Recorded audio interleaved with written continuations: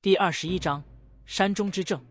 祖老的脚步声很轻，却让整座七凤山都像是静了下来，在侧耳倾听。他转身时，没有再看满地狼藉，也没有再看伏地的族人，只顺着山径朝林深处缓缓走去。龙松低着头，单膝仍未起身，直到那道苍老的背影彻底被层层树影吞没，才长长吐出一口浊气。都散了。声音不高，却带着不容置疑的分量。受伤的山民被人搀扶起来，有人低声抽泣，有人咬牙忍痛，却再没有人敢多看思夜一眼，更没有人再提洞中那头熊。方才的狂妄、血气与贪念，都被那一句够了硬生生压回了山里。林间逐渐恢复安静，风重新流动，枝叶相互摩挲，沙沙作响，像是整座山终于缓过一口气。只剩下洞口前的思夜，以及洞内的不语。祖老停在一株老松前，那是一棵极老的松树，树干扭曲盘结，树皮裂开如甲，粗大的树根裸露在地表，宛如一条条沉睡的老龙。它立在山脊之上，不知看过多少人来人往，又送走过多少无声的故事。祖老抬起手按在粗糙的树皮上，这棵松活了300多年，声音低而缓，像是在说一段与眼前无关却又无比贴近的旧事。龙松站在一旁，没有插话，只静静听着。当年山外大乱，有人带着孩子进山避祸。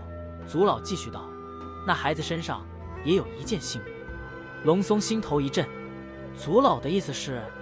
祖老没有回头，只淡淡地道：那不是山外的东西，是我们隐龙族的旧物。这一次，龙松再也无法掩饰神色。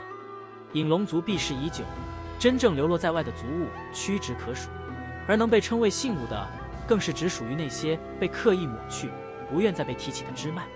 他氏族中哪一支？龙松压低声音问。族老沉默了很久，久到山风绕过老松，发出低低的呜鸣。现在还不是时候说。他收回手，像是将某段往事连同情绪一并按回年轮深处。他自己不知道，但山知道。这句话落下，庞佛替某段被封存已久的历史重新盖上印记。洞口，不语正蹲在母熊身旁，他小心翼翼地替驼把药敷好，又用布条重新缠紧。母熊低低地哼了一声，却没有挣扎，只用湿润的鼻子轻轻拱了拱他的手。乖，不语下意识地说了一句，语气柔软的连他自己都微微一怔。小熊们围在一旁，好奇又警惕地看着思夜。思夜站在不远处，双臂抱胸，神情依旧冷淡。其中一只小熊试探着往前走了2步，又停下来，歪着头看他。思夜低头瞥了一眼，别咬，语气很淡。小熊自然听不懂，却像是察觉到什么，缩了缩脖子，又退回不语身边。不语忍不住笑了一下，你看，你比我还吓人。思夜没有回话，只是目光落在他脸上的时间明显多停了一瞬。不语站起身，拍了拍手，转头看他。刚才那个老爷爷，他皱了皱鼻子，语气带着一点放松后的娇气。他看我的眼神很奇怪，像是在盘算什么。思夜一怔，随即唇角极轻地动了一下，不像坏事。那你觉得是什么事？很久以前的事。不语眨了眨眼，忽然笑了。那不也挺好？他往前走了2步，站到思夜面前，仰头看他，眼神不再躲闪，也不再试探。思夜，如果有一天他们突然说我不是我了。他想了想，又补了一句，你会不会觉得我很麻烦？思夜看着他，这一次他几乎没有犹豫。你就是你。不语怔了一下，随即笑得眉眼弯起。那我就放心了。他伸手理直气壮地拉住他的袖口，我现在可是你的大麻烦。思夜低头看了一眼他的手，没有挣开，一直都是。不语哼了一声，语气却带着掩不住的轻快。那你可得负责。我说过，我会负责。这一次他说得很稳。不语松开他的袖子，下意识按住怀中的信物，那枚东西依旧冰凉，却像是被什么唤醒，贴着胸口，隐隐传来细微的脉动。夜色渐沉，思夜独自站在洞外，看着层层叠叠的山影。今日与龙松一战，没有分出生死，却在他心中留下了一条清晰的痕迹。山不只是重，而是稳，是承载，是让万物在其上站住，而不必彼此践踏。他闭上眼，夜风拂过山林，却像是被隔在很远的地方。世界在他意识中慢慢褪去，只剩下方才那一战，不是回忆，而是重现。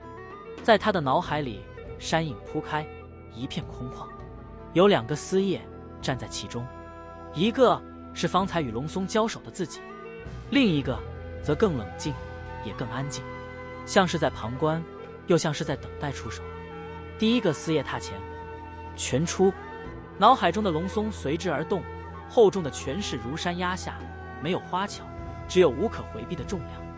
那一拳他记得很清楚，不是因为痛，而是那股力量让他第一次真正明白什么叫站不住就会被碾碎。第2个丝叶动了，没有迎上去，而是侧身贴近，顺势而行。那不是逃，而是沿着山势行走。拳与拳在意识中再次相撞，这一次他清楚地看见，当力量叠加到某个程度，必然需要转换，而转换之间，山势会出现极短的一瞬空隙。第1个丝叶停住，第2个丝叶却已经一步踏入那道空隙。不是重击，而是准确；不是要破山，而是借山。画面在脑海中反复推演，1次2次，每一次2个丝叶都在对战，一个出手，一个拆解，一个代表过去只知道撑住与不退，另一个正在学会如何让力量落地生根。渐渐的，那2个身影不再对立，而是慢慢重叠，权势不再外放，气息不再急促，武之力在反复的推演中一点一点改变了形态，不再只是锋芒，而是厚度；不是向前展开一切，而是站在那里本身就成了一道界限。丝叶的呼吸随之变得绵长，子午阴阳诀在体内运转，阴阳不再对冲，而是层层相扣。武之力不再急于外放，而是慢慢下沉向山，不是为了压人，而是为了让身后的人有地方可退。丝叶睁开眼，他心里很清楚，方才在意识中的推演只是一个轮廓，山势已现，却尚未成型。那2个在脑海中对战的自己，不过是在替未来铺路。真正让武之力沉实如山，与自身完全相融的时刻，还在后面。他忽然有种感觉，这座山正在看着他，而洞内那名女子，与他怀中的信物，终将把他们带向一条无法回头的路。第22章，夜谈入山。夜深，七凤山真正的夜来得比山外早，不是因为天色，而是因为声音。当最后一声鸟鸣消失，林间的风声重生，枝叶摩擦的细响便慢慢占满世界，像一层看不见的幕，将山外的一切隔在很远的地方。山里的夜并不寂静，却让人清楚地意识到自己正被包围在某种更巨大的存在之中。不语坐在洞内，抱着膝，背靠石壁，火堆烧得不旺，却很稳。橘红色的火光在洞壁上跳动，把影子拉得忽长忽短。母熊已经伏下休息，小熊蜷在驼腹侧，偶尔发出细小的鼻音，像是在做梦。这样的画面本该让人安心，可不语却怎么也睡不住。他低头看着自己胸口的位置，那枚信物贴着肌肤，今晚格外安静，却也格外清晰，像是在提醒他，有些事迟早会被说起，有些路也迟早要自己走。他轻轻吐出一口气，正准备换个姿势，洞口外忽然传来脚步声。睡不着？思夜的声音响起。不语抬头，看见他站在洞口外，夜色在他身后铺开，像一层深色的披风，将他的身影勾勒得格外分明。有一点他没有否认。思夜走进洞内，在他不远处坐下，他坐得很随意，却刚好挡住了洞口灌进来的冷风。这几日来，他们早已习惯这样的距离，近到能感觉到彼此的存在，却不需要刻意确认。不语侧头看了他一眼，忽然开口：“你觉得他会再来找我吗？”他没有说是谁，思夜却听懂了。会。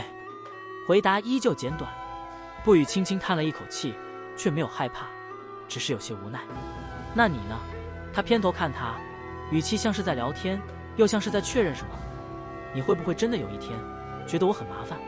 思叶转头，火光在他眼中跳动了一下。你还在想这个？总要想清楚。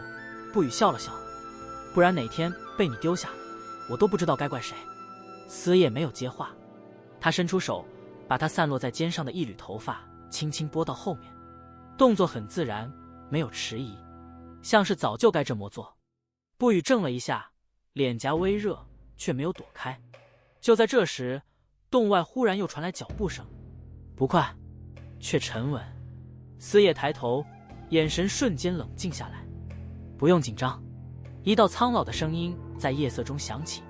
祖老站在洞外的阴影里，身形被夜色吞去大半，只留下一双清亮而深沉的眼。思叶起身，不语也跟着站了起来，却被思叶不动声色地挡在身后。祖老将这一幕看在眼里，没有说什么，只是轻轻点了点头。我不是来找你。他的目光越过思叶，落在不语身上。我是来找他的。不语心头一跳，他下意识地抓紧了衣角，却没有退。老爷爷找我。祖老向前走了一步，火光照亮了他半边脸。坐下说吧。祖老没有立刻提醒我，他先问了不语一些很寻常的事。从哪里来？